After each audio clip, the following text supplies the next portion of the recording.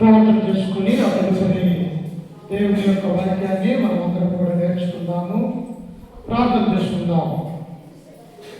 సకల ఆశీర్వాదకు కారణాభూతుడి నా ప్రియా పరలోకపు తండ్రి, నీ ఘనమైన అత్యున్నతమైన నామానికి వందనాలు, స్తుతి స్తోత్రములు తండ్రి. గడిచిన కాలమంతయు గడిచిన దినములన్నీ మమ్మల్ని కాచి కాపాడి మా యొక్క జీవితంలో మనకు శ్రేష్టమైన ఈ ప్రభు దినాన్ని మాకు అనుగ్రహించినందుకు నీ కృతజ్ఞతలు చెల్లిస్తూ ఉన్నాం తండ్రి. అయా తండ్రి, నేడున్నటువంటి యొక్క పరిశుద్ధ దినాన ప్రపంచంలో ఉన్నటువంటి అనేక మంది క్రైస్తవులు తండ్రి, నేను భయము భక్తి విశ్వాసం కలిగినటువంటి నీ బిడ్డలందరూ ఉదయం మొదలుకొని తండ్రి మధ్యాహ్నం వరకు కూడా నీ యొక్క పాద సన్నిధానంలో అటు వారిలో దేవుడు చిన్న మందగా చిన్న గొర్రెలుగా నీ యొక్క పాద సన్నిధానంలో చేరి తండ్రి ఇప్పటి వరకు ప్రార్థన ద్వారా పాటల ద్వారా నేను మహిమపరుచుకుని ఉన్నావు. ఇదిగో తండ్రి పరిశుద్ధ గ్రంథముల నుంచి నీ వాక్యాన్ని ధ్యానించబోతూ ఉంటుండగా నిలవబెట్టుంటే నేను నిరుత మాత్రులే తండ్రి. నీ బిడ్డలు విలిచి ఉంటుండగా నీ బిడ్డలకు మాకును మా యొక్క జీవితాలకి ఏ వాక్యం అయితే అవసరమై ఉన్నదో తండ్రి ఆ వాక్యమును బోధించడం నాకు మంచి జ్ఞానాన్ని సామర్థ్యాన్ని అనుగ్రహించండి తండ్రి.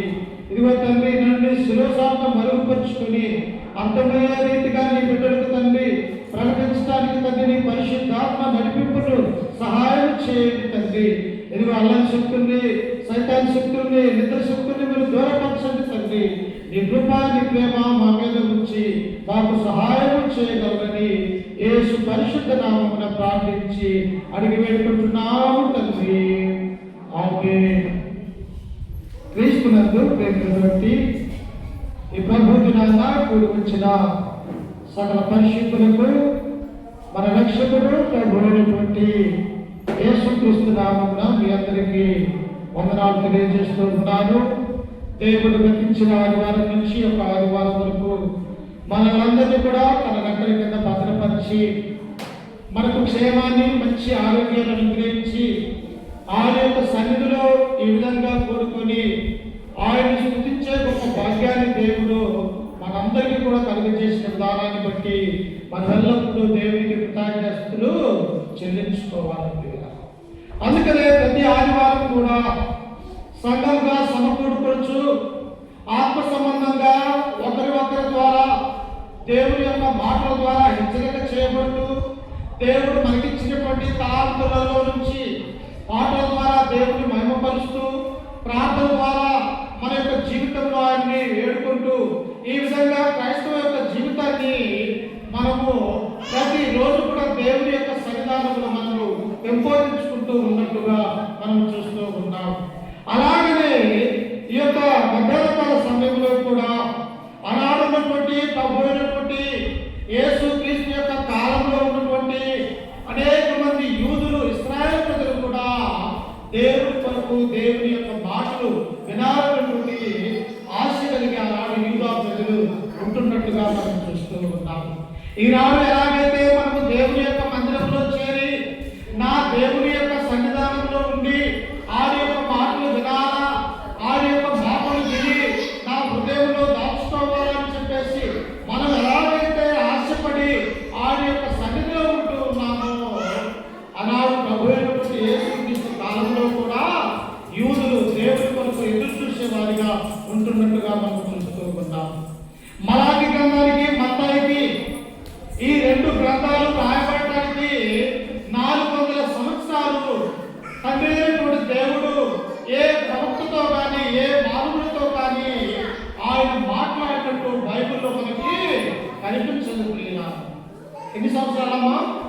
మలాకి నుంచి మత్తయికి మధ్య కాలంలో 400 సంవత్సరాలు దేవుడు ఏ మానవుడితో కూడా మాట్లాడేటటువంటి వాడిగా మనం చూస్తూ ఉన్నాం.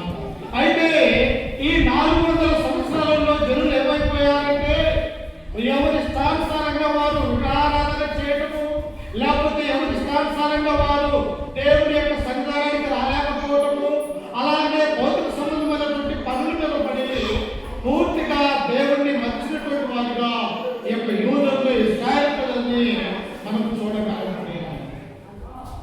అయితే కొంతమంది మాత్రము ఎప్పుడు దేవుడు వస్తాడు యొక్క లోకంలోనికి, ఎప్పుడు ఆయన యొక్క మాటలు వినాలా, ఏ రక్షకుడు ఆయన పుట్టించబోతూ ఉన్నాడు, ఆనాడు మోసే ద్వారా దేవుడు ఇచ్చినటువంటి ఆజ్ఞ ఏదైతే ఉన్నదో, మోసే ఆనాడు జీవించినటువంటి కాలంలో ఆయన అన్నటువంటి మాటలు ఏమిటో తెలుసా? ఇదిగో ఇశ్రాయేలులారా, నా వంటి ప్రవక్తలు మీలో ఒకరిని పుట్టించబోతూ ఉన్నారు అని మోసే ఇశ్రాయేలు ప్రజలకి తెలియజేసినట్టుగా మనం చూస్తూ ఉన్నాం. అప్పుడు యూదులందరూ కూడా ఎవరైతే దేవుని యొక్క కుమారుడు కొరకు ఎదురు చూస్తూ ఉన్నారో, ఎవరైతే విశ్వాసం కలిగి నమ్మకం కలిగి ఆ యొక్క వాక్యం వినాలని అనుకుంటూ ఉన్నారో వారందరూ దేవుని కొరకు ఎదురు చూస్తూ ఉన్నట్టుగా మనం చూస్తూ ఉన్నాము. అప్పుడు దేవుడు ఏం చేశాడంటే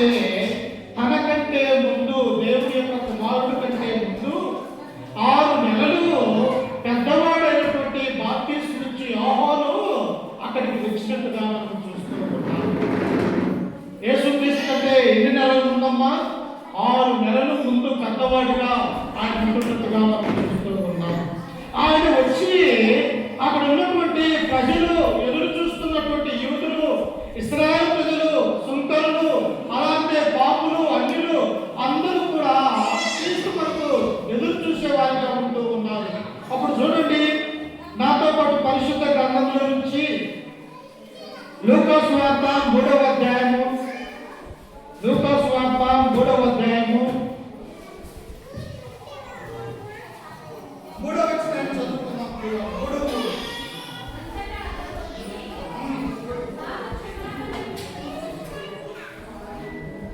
అంతటా అతడు వచ్చి పాప క్షమాపణ నిమిత్తము మారు మనస్సు విషయమైన బాప్తిస్మము పొందవలెనని యోర్దాను నది ప్రదేశమంతటా ప్రకటించుచుండెను. 400 సంవత్సరాలు ఆనాడున్నటువంటి యూదులు, ఇశ్రాయేలు ప్రజలు దేవుని రాక కొరకు ఎదురు చూస్తూ ఉన్నారు. ప్రియులారా, ఎప్పుడైతే ఈ యొక్క జకర్యా, ఎలిజబెతుకు పుట్టినటువంటి ఈ యొక్క యోహాను ఉన్నాడు, యాజక వంశంలో నుంచి, లేవి గోత్రంలో నుంచి లేవీయుడిగా ఆయన 30 సంవత్సరాలు అరణ్యంలో తేనె తింటూ, మిడతలు తింటూ ఈ విధంగా తన యొక్క జీవితాన్ని ఆయన కొనసాగిస్తూ ఉన్నారు.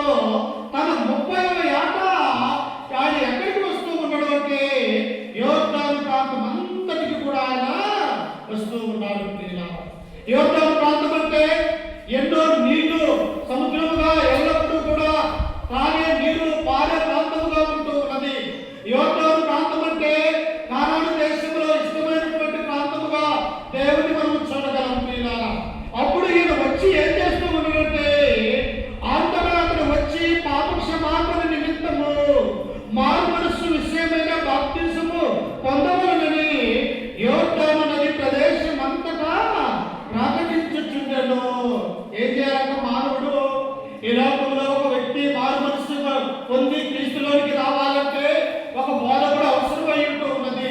మరి ఆనాడు ఉన్నటువంటి ఇశ్రాయేలు ప్రజలకి తమ యొక్క మారు మనస్సు కలిగి దేవునిలో జీవించడానికి, దేవుని యొక్క వాక్యాన్ని వాళ్ళు వినడానికి ఎవరు అవసరమై ఉన్నది? ఇదిగో దేవుని యొక్క వాక్యాన్ని ప్రకటించే వారు అవసరమై ఉన్నట్టుగా మనం చూస్తూ ఉంటాం. అప్పుడు ఈ యొక్క బాప్తిస్మం నుంచి యోహాను వచ్చాడు. యోర్దాను నది ప్రాంతమంతటిలో ఉన్నటువంటి ఆ గ్రామాలలో అనేక మంది ప్రజలకు ఆయన ప్రకటిస్తూ ఉన్నారు. ఏమని ప్రకటిస్తూ ఉన్నాడు అంటే, చూడండి, మత్తయి సువార్త 4వ అధ్యాయంలో మనం చదువుకుంటే ఆయన ఏమని ప్రకటిస్తూ ఉన్నాడో ఒకసారి చూడండి.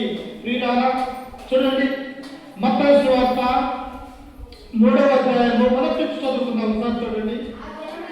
ఆ దినములందు బాప్తిస్మం నుంచి యోహాను వచ్చి, పరలోక రాజ్యము సమీపించి ఉన్నది, మీరు మారు మనస్సు పొందుడని యూదయ అరణ్యములో ప్రకటించుచుండెను. ఎక్కడ ప్రకటిస్తూ ఉన్నాడంట? అనేక మంది కూడా ఎదురు చూస్తూ ఉన్నారు దేవుని రాకడ కొరకు. ఆ పరిశుద్ధుడైనటువంటి లోకరక్షకుడైనటువంటి యేసుక్రీస్తు యూదులు, ఇశ్రాయేలు ప్రజలు ఎదురు చూస్తూ ఉన్నప్పుడు ఆయన కంటే ముందు వచ్చినటువంటి ఈ దూతగా ఈ బాప్తిస్మం ఇచ్చి యోహాను ఉన్నాడు, పరలోక రాజ్యము సమీపించి ఉన్నది, మీరు మారు మనస్సు పొందాలి.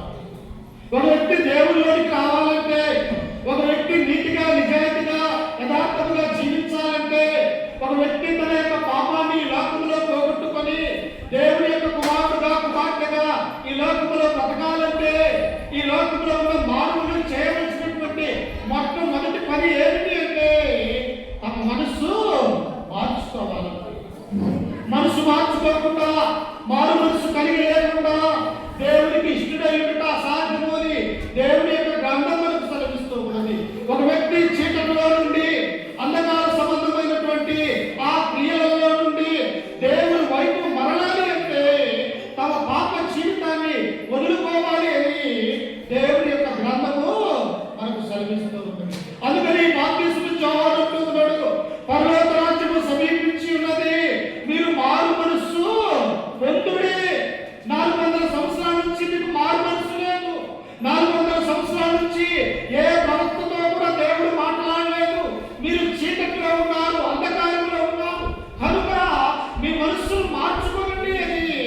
ఈ బాప్తిస్మం ఇచ్చే యోహాను వారికి తెలియపరుస్తూ ఉన్నాడు.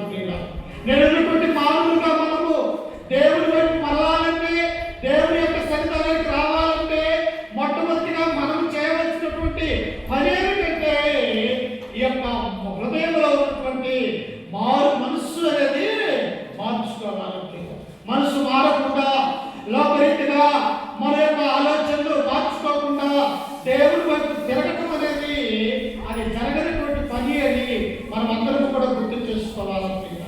ఎంతలో ఏమంటున్నాడు కింద వచ్చినములో, ప్రభు మార్గము సిద్ధపరచుడి, ఆయన త్రోవలు సరాలము చేయుడని అరణ్యములో కేకలేయు ఒకరి శబ్దము.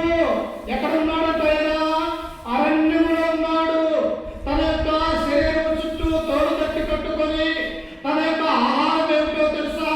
మిడతలు తేనె తింటూ తన యొక్క జీవితాన్ని ఊరి బయట అరణ్యములో బతుకుతూ ఉన్నట్టుగా ఈ యోహాను గారిని మనం చూస్తూ ఉన్నాం. అరణ్యంలో ఏమిటేమో అనేకమైనటువంటి చెట్లు, అలాగనే ముళ్ళ కంచెలు, అలాగనే ఈ భౌతిక సంబంధమైనటువంటి అడవి జంతువులు, పాములు, తేళ్లు ఉన్నటువంటి ఉంటాయి. కానీ ఎప్పుడైతే ఈ యోహాను గారు అరణ్యంలో ప్రభు మార్గము సరళము చేయండి, ఆయన యొక్క త్రోవలను విస్తరించుడి అని దేవుని యొక్క మాటలు తెలియజేస్తూ ఉన్నాడు, జనులందరూ కూడా ఇప్పుడు బాప్తిస్మం నుంచి యోహాను దగ్గరికి వస్తూ ఉన్నారు. వారు ఎదురు చూస్తూ ఉన్నారు. ఎవరు మా యొక్క జీవితాన్ని మార్చగలరు? ఎవరి దగ్గరికి వస్తే మేము దేవుని యొక్క బిడ్డలుగా కాగలము? ఏది మార్చుకోవాలి అని చెప్పేసి యూదులు ఎదురు చూస్తూ ఉన్నప్పుడు ఈ బాప్తిస్మం నుంచి యోహాను దేవుని గురించి తెలియజేసినప్పుడు వారందరూ కూడా అక్కడికి వస్తూ ఉన్నట్టుగా మనం చూస్తూ ఉన్నాం. అప్పుడు చూడండి కింద వచనములో, ఈ యోహాను ఒంటె రోమముల వస్త్రములు మన చుట్టూ తోలు తట్టి ధరించుకున్నవాడు, మిడతలను అడవి తేలి అతనికి ఆహారమైండెను. ఆ సమయమున యెరూషలేము వారును యూదయ వారందరూ యోర్దాను నది ప్రాంతముల వారందరూ అతని ఎదుటకు వచ్చి తమ పాపములను ఒప్పుకొనుచు యోర్దాను నదిలో అతని చేత బాప్తిసము పొందుచుండిరి. ఈనాడు మన పాపాలు మనం ఒప్పుకోకపోతే దేవుడు మనల్ని రక్షిస్తాడా? మన యొక్క హృదయంలో ఉన్నటువంటి ఆలోచనలు, దేవా ఇదిగో నా పాప జీవితంలో నేను అనేకమైనటువంటి పాపాలు, అనేకమైనటువంటి అబద్ధాలు, దోషాలు చేశాను. ఇదిగో ఇక నుంచి నీ యొక్క సన్నిధానంలోకి నేను వస్తూ ఉన్నాను. నా పాప జీవితాన్ని నేను ఎల్లప్పుడూ కూడా జ్ఞాపకం చేసుకోకుండా ఇదిగో సమాధి చేసి ఇదిగో ఒక నూతనమైనటువంటి బిడ్డగా నీ యొక్క కౌగిట్లలో నేను పెరుగుతానని ప్రతి మానవుడు కూడా తీర్మానము చేసుకోవాల్సినటువంటి అవసరం ఉంది. ఇక్కడ ఏమంటున్నారట? ఎప్పుడైతే ఆయన దేవుని యొక్క వాక్యాన్ని ప్రకటిస్తూ ఉన్నారో వారు వచ్చి ఏం చేస్తూ ఉన్నారంట? ఆయన చూడండి, తమ పాపములు ఒప్పుకొనుచు యోర్దాను నదిలో అతని చేత బాప్తిసము పొందుచుండేది. అక్కడ ఉన్నటువంటి ప్రజలందరూ కూడా అయ్యో మా ఎనకున్నటువంటి మా జీవితము అంధకార సంబంధమైనటువంటి జీవితము, ఇదిగో మేము మా యొక్క పాపాలు నీ ముందు ఒప్పుకుంటూ ఉన్నాము, ఇదిగో మాకు బాప్తిసం అని ఆ యొక్క యోహాను దగ్గరికి వచ్చి అందరూ కూడా బాప్తిసము తీసుకుంటూ ఉన్నారు. అమ్మా, ఎంతకాలం ఉన్నా ఈ లోకంలో ఒకనొక సమయంలో మనం అందరం కూడా మరణించవలసినటువంటి వారమే. ఎంతకాలం ఈ లోకంలో మానవుడి యొక్క జీవితాన్ని మనం కలిగి ఉన్నా ఒకనొక సమయంలో మనం అందరం కూడా ఆ దేవుని ఎదుట చేరాలన్నటువంటి ఆశ కలిగినటువంటి వారిగానే ఈ లోకంలో చనిపోబోతూ ఉంటారు. అందుకనే ఈ యూదులు ఇశ్రాయేలు ఎప్పుడైనా మరణం అనేది తగ్గదు కాబట్టి మా యొక్క జీవితాన్ని మేము బ్రతుకుండగానే మార్చుకోవాలా, ఆ దేవుని యొక్క కుమారుని వైపు మేము మరలాలా అని చెప్పేసి వారందరూ కూడా యోర్దాను నది ప్రాంతంలో ఈ యోహాను దగ్గరికి వచ్చి బాప్తిసము పొందుకుంటూ ఉన్నారు. చూశారా? నీ నా జీవితం కూడా బాగుపడాలంటే, నీ నా జీవితం కూడా దేవునిలో కట్టబడాలంటే, నీ నా జీవితం కూడా దేవుని యొక్క సన్నిధిలో ఆత్మీయంగా మనము ఎదగాలి అంటే మనం కూడా ఏం చేయాలో తెలుసా? మన పాపాలు క్రీస్తులో ఒప్పుకునేవారిగా ఉండాలి. అయ్యా, నేను క్రీస్తులో ఉంటూ ఉన్నాను, ప్రతి ఆదివారం నీ యొక్క సన్నిధానానికి నేను వెళ్తూ ఉన్నాను, నీ యొక్క సన్నిధిలో నేను పరిశుద్ధ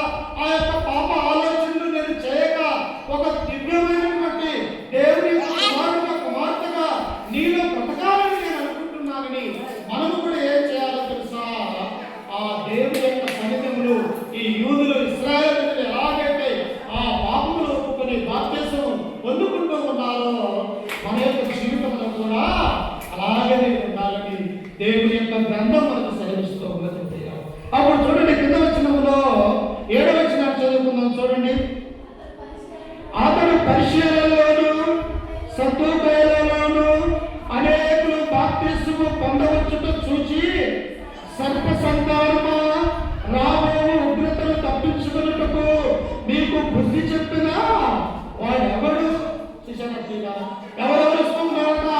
పరిశీలన వస్తూ ఉన్నారు. పరిశీలన ఎలాంటి వారో తెలుసా? వారానికి 2 మార్లు ఉపవాసం ఉంటారు. వారు దేవుని యొక్క ధర్మశాస్త్రము వారి యొక్క చేతులలోనే ఉంటూ ఉన్నది.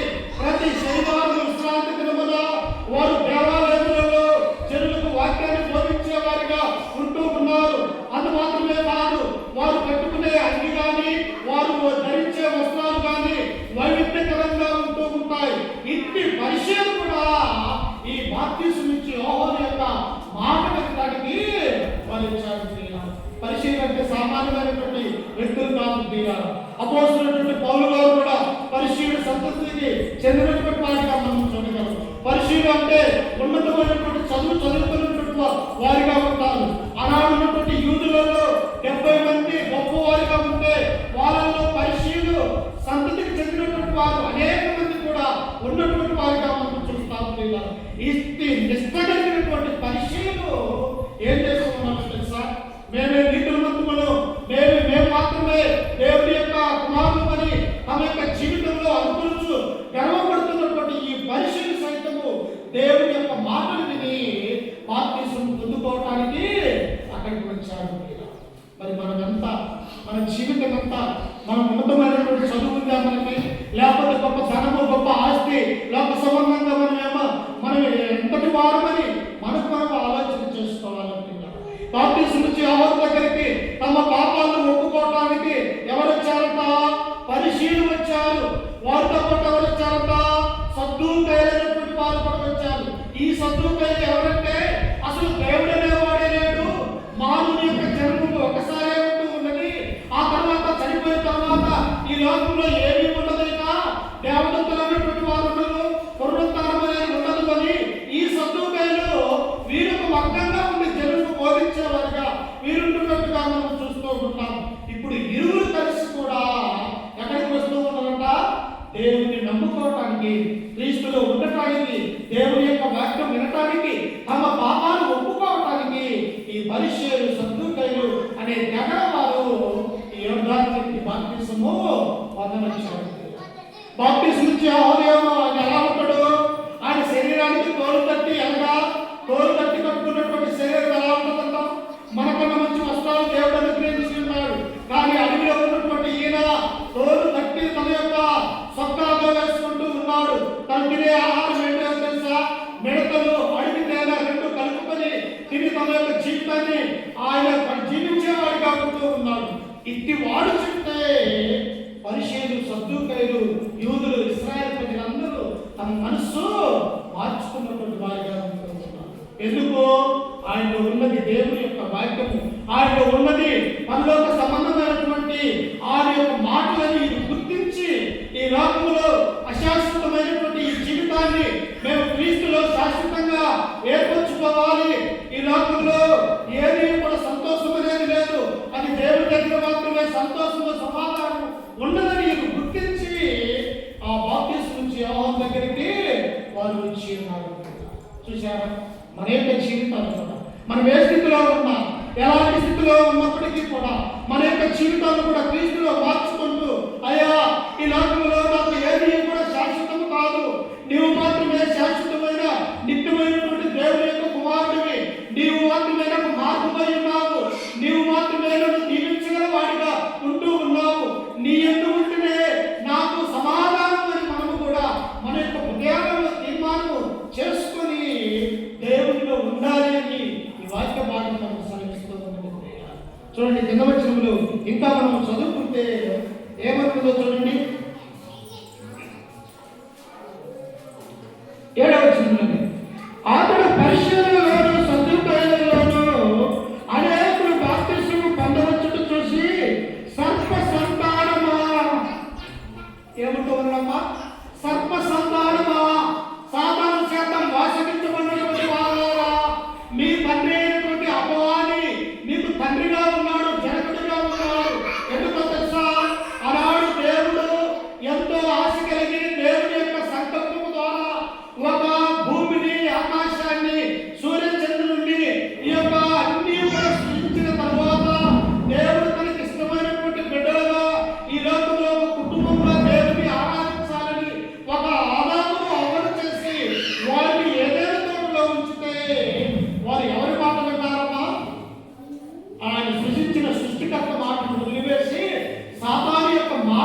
వచ్చినట్టుగా మనం చూడగలుగుతున్నాం.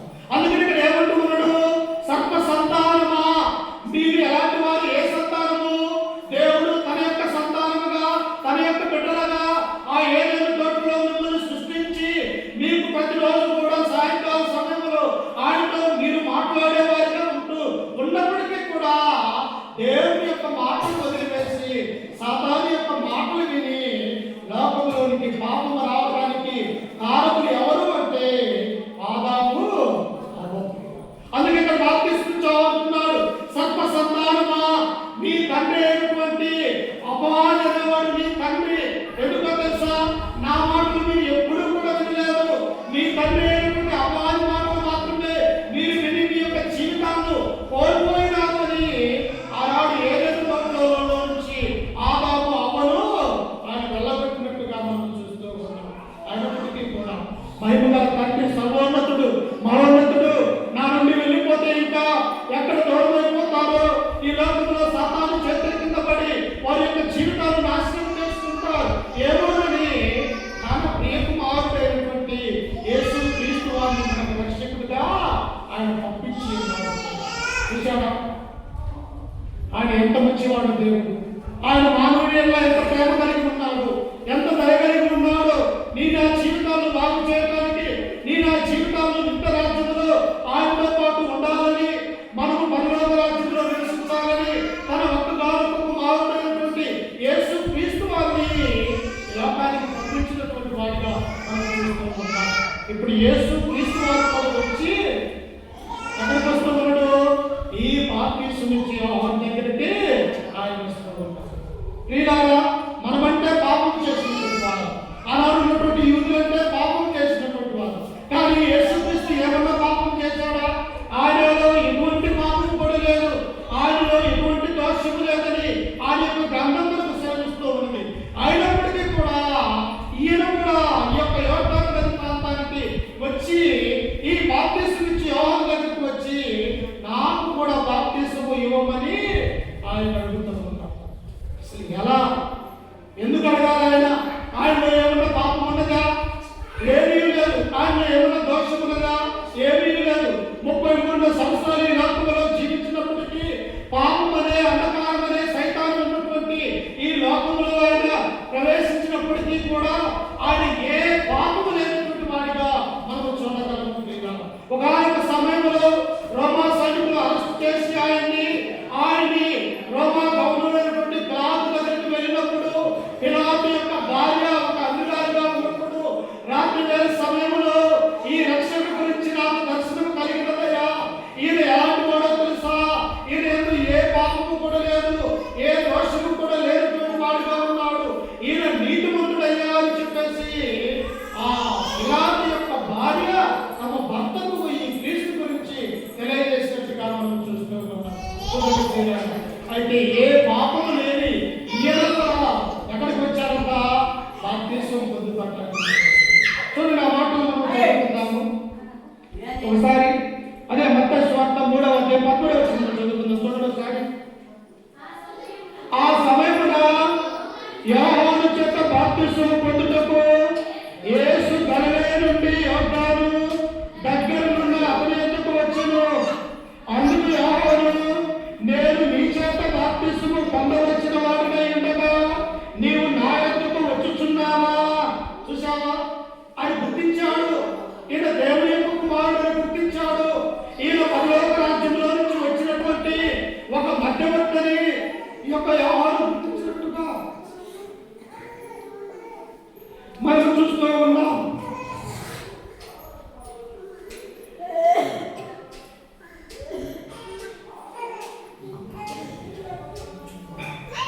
చూడండి, అందుకు యోహాను, నేను నీ చేత బాప్తిస్మం పొందవలసిన వాడై ఉండగా నీవు నా యొద్దకు వచ్చుచున్నావని ఆయనను నివారింప చూసిన దాని అయ్యా, నేనే నిన్ను నమ్ముకోవాల్సినటువంటి వాడిని, నేనే నీకు భయభక్తి విశ్వాసం కలిగి నీ యొక్క మార్గంలో నడవలసినటువంటి నేను, నా దగ్గరికి లోకరక్షకుడు అయిన పరలోక రాజ్యంలో రాజుగా అభిషేకించబడినటువంటి నీవు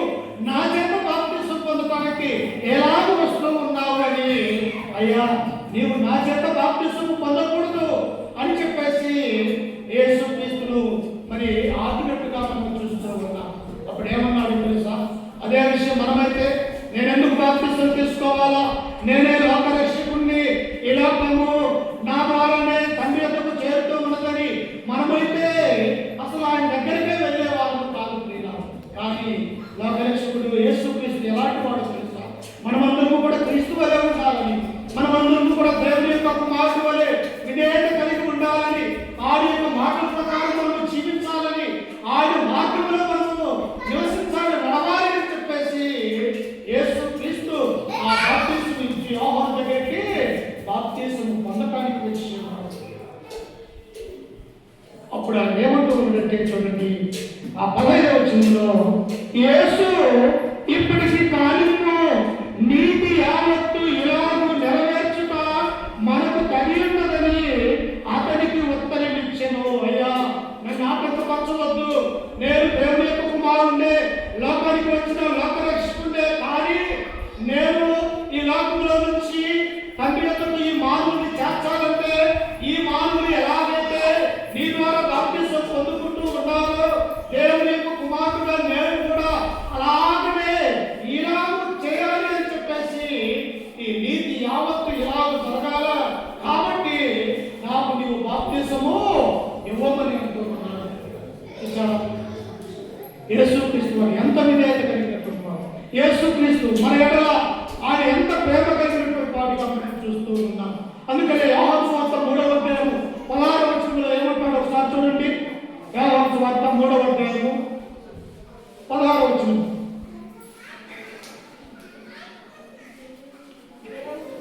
దేవుడు లోకమును ఎంతో ప్రేమించెను కాగా ఆయన తన అద్వితీయ కుమారుడుగా పుట్టిన వాని యందు విశ్వాసముంచు ప్రతి వాడును నశింపక నిత్య జీవము పొందినట్లు ఆయనను అనుగ్రహించెను.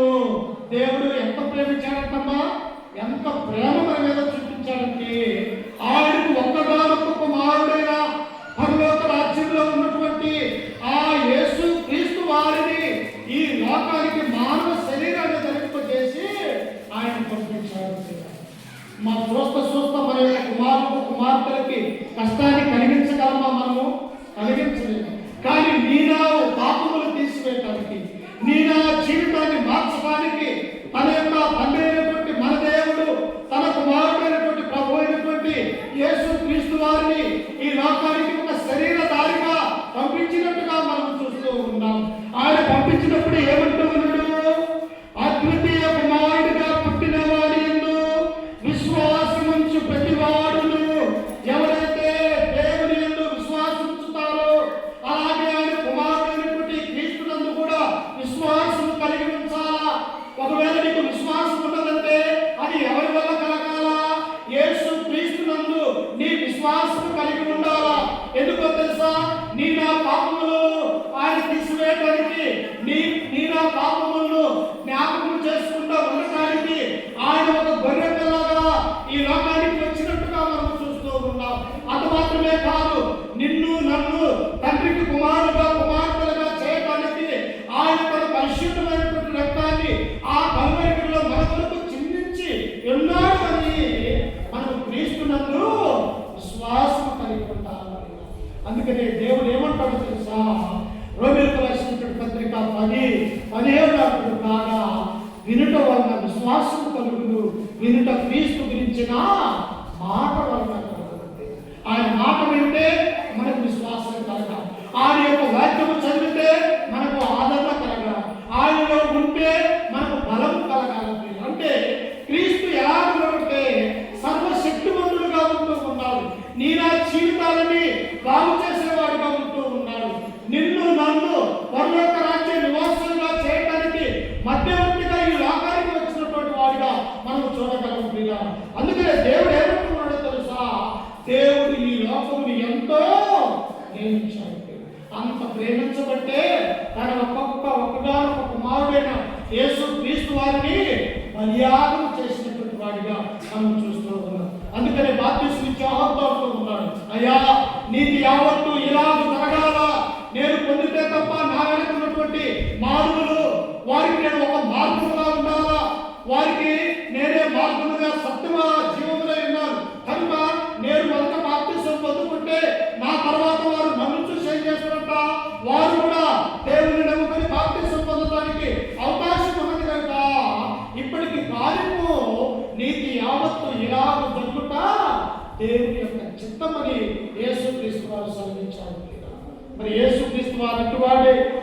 బాప్తిసం పొందుకొని ఈ లోకంలో 33 సంవత్సరాలు ఉండి ఏ పాపము చేయకుండా దేవుని యొక్క కుమారుడుగా దేవునికి విధేయత కలిగినటువంటి వాడిగా ఆయన జీవించినటువంటి వాడిగా మనం చూస్తూ ఉన్నాం. మరి ఆయన నమ్ముకున్న నీవు, ఆయన నమ్ముకున్నటువంటి మనము మన యొక్క జీవితంలో ఆయన యొక్క మార్గంలో మనము కూడా నడవాలని దేవుడు కోరుకుంటున్నట్టుగా మనం చూస్తూ ఉన్నాం. అందుకే చూడండి, అక్కడ తిరిగి మత్తయి సువార్తలోకి రండి. మత్తయి సువార్త 3వ అధ్యాయము 16వ వచనము.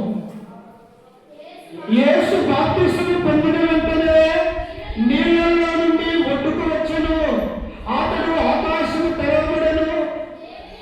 దేవుని ఆత్మ పావుల వలె దిగి తన మీదికి వచ్చుట చూసిన. అంతకుముందు అనేక మంది బాప్తిసం పొందారు, కానీ ఎవరి మీద కన్నా పరలోకంలో నుండి పావుల వలె పరిశుద్ధాత్మ ఆయన మీదికి వచ్చినదా, లేకపోతే పరలోకంలో నుండి దేవుని యొక్క మాట అక్కడ ఎవరికన్నా వచ్చినదా? ఎవరో లేదు. ఎందుకో తెలుసా? మనమందరం కూడా మానవులము, మనమందరం కూడా శరీర సంబంధము. కానీ యేసుక్రీస్తు వారు శరీరముగా పుట్టినటువంటి దేవుని యొక్క కుమారుడుగా ఉంటున్నట్టుగా మనం చూస్తూ ఉన్నాం. ఎప్పుడైతే ఆయనకు బాప్తిసము ఎప్పుడైతే యోహాను గారు ఇచ్చాడో, వెంటనే నీళ్ళలో నుండి ఒడ్డుకు వస్తూ ఉన్నప్పుడు దేవుని యొక్క ఆత్మ పావురం వలె ఆయన మీదికి వచ్చినట్టుగా మనం చూస్తూ ఉన్నాం. వెంటనే అప్పుడు పరలోకంలో నుండి ఏమని ఉంటున్నది? మరియు ఈయనే నా ప్రియ కుమారుడు, ఈయన యందు నేను ఆనందించుచున్నానని ఒక శబ్దము ఆకాశము నుండి వచ్చింది. ఆ దేవుడు సామాన్యమైనటువంటి యేసుక్రీస్తు వారు నాలాంటి జీవితం కలిగినప్పటికీ కూడా ఆయన ఉన్నతమైనటువంటి స్వభావం కలిగినటువంటి వాడు. అందుకనే యెషయా గ్రంథకర్త అంటాడు, ఏలైనగా మనకు శిశువు పుట్టెను, మనకు కుమారుని అనుగ్రహించబడును, ఆయన భుజము బలం మీద రాజ్య భారము ఉండును. ఆయన ఎలాంటి వాడు? ఆయన సర్వోన్నతుడు, సర్వ సృష్టికి ఆది సంభూతుడై ఉన్నాడు అన్నటువంటి మాటలు మనం అక్కడ చూస్తూ ఉన్నాం. ఇక్కడ కూడా ఏమని ఉన్నది? ఈయనే నా ప్రియ కుమారుడు, ఈయన యందు నేను ఆనందించుతున్నాను, ఈయన మాట మీరు వినుడి అంటూ ఉన్నాం. ఎవరు మాట్లాడాలమ్మా? మనము క్రైస్తవులుగా, క్రీస్తు నమ్ముకున్నటువంటి వారిగా, మన పాపములు క్రీస్తులో కడగబడి దేవుని యొక్క కుమారుడుగా కుమార్తెలుగా పిలువబడి ఆయన యొక్క సంఘములో శరీర అవయవులుగా మనం అందరం కూడా ఉన్నప్పటికీ కూడా మనం ఎవరి యొక్క మాట వినాలా? యేసు క్రీస్తు యొక్క మాటను మనం వినాలి. ఆయన సేవకుడు మాట వినాలి. ఆయన యొక్క వాగ్దాన్ని మనం వినాలి. మన హృదయంలో భద్రపరచుకోవాలి.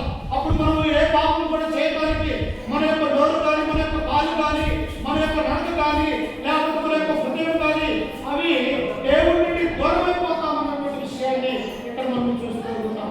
కనుక దేవుడు ఏమంటూ ఉన్నాడో తెలుసా? ఈయనే నా ప్రియ కుమారుడు, ఈయన నేను ఆనందించుతున్నాను, ఈయన మాట మీరు వినుడి అంటూ ఉన్నాడు. ఎందుకు వినాలి? మన కోసం ఒక శరీరాన్ని ధరించుకొని ఒక కన్యకైనటువంటి మరియ గర్భాన ఈ లోకంలో జన్మించి 33 సంవత్సరాలు మనం ఎలాగైతే ఈ యొక్క 2025 సంవత్సరంలో మనం ఎలాగైతే యొక్క శరీర ఆకారాన్ని ధరించుకొని ఒక మానవుడిగా ఉంటూ ఉన్నామో, 2000 సంవత్సరాలకు ముందు దేవుడు కూడా ఈ లోకంలో బ్రతికినటువంటి వాడిగా మనం చూస్తూ ఉన్నాం. అంత మాత్రమే కాదు తీరాలి. మన పాపములు తీసివేయడానికి ఒక మానవుడు మరొక మానవుడి పాపము తీసివేయలేడు కనుక ఒక పరిశుద్ధుడు ఈ లోకానికి అవసరమై ఉన్నదని చెప్పేసి తన కుమారుని యొక్క లోకానికి ఆయన పంపించినటువంటి వాడిగా మనం చూస్తూ ఉంటాం. చివరిగా ఒక మాట చదువుకుని వాక్యాన్ని ముగించుకుందాం. చూడండి, పేతురు రాసినటువంటి పత్రిక 1వ అధ్యాయము. ఎందుకు ఆయన మాట వినాలో చూడండి ఒకసారి.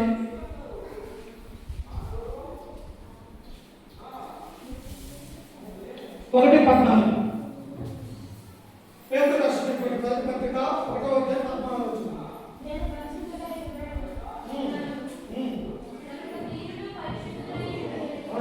ఏమంటున్నాడు?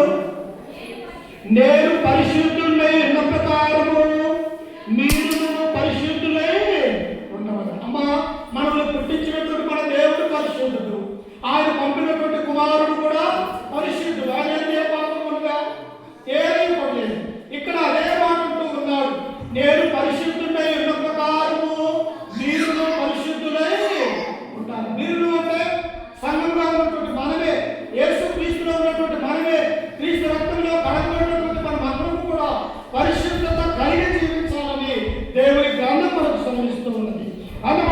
తర్వాత చూడండి ఇక్కడ, కాగా మీరు విధేయులకు పిల్లలై మీ పూర్వపు అజ్ఞాన దశలో మీకుండిన ఆశను అనుసరించి ప్రవర్తింపగా.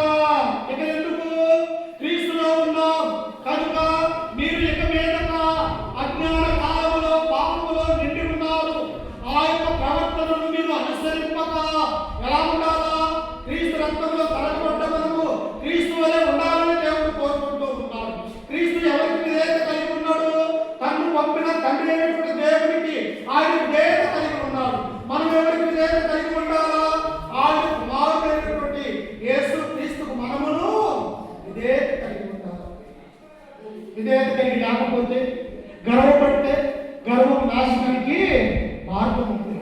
అందుకనే క్రైస్తవులుగా ఉన్నటువంటి మనము, దేవుని నమ్ముకున్నటువంటి మనము బాప్తిస్మం ఇచ్చి ఆహ్వాని ఎలాగైతే అయా పరలోక రాజ్యం సమీపించి ఉన్నది, మీరు వారు మనసు పొందుడు అని అరణ్యములో కేక వేయమని శబ్దము అని తనను తాను తగ్గింపు స్వభావం కలిగినటువంటి వాడిగా మనం చూస్తూ ఉన్నాం. అందుకనే దేవుడు ఏమంటూ ఉన్నాడో తెలుసా?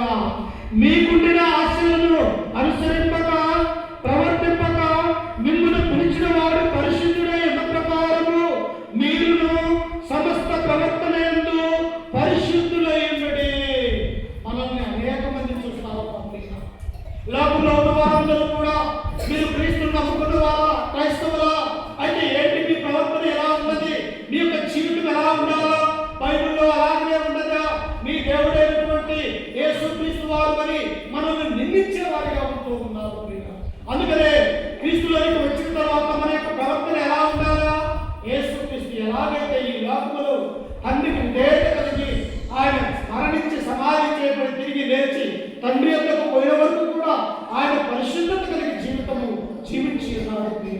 అలాగే నీ జీవితం, నా జీవితం, మనందరి జీవితము కూడా దేవుని వలె ఉండాలి.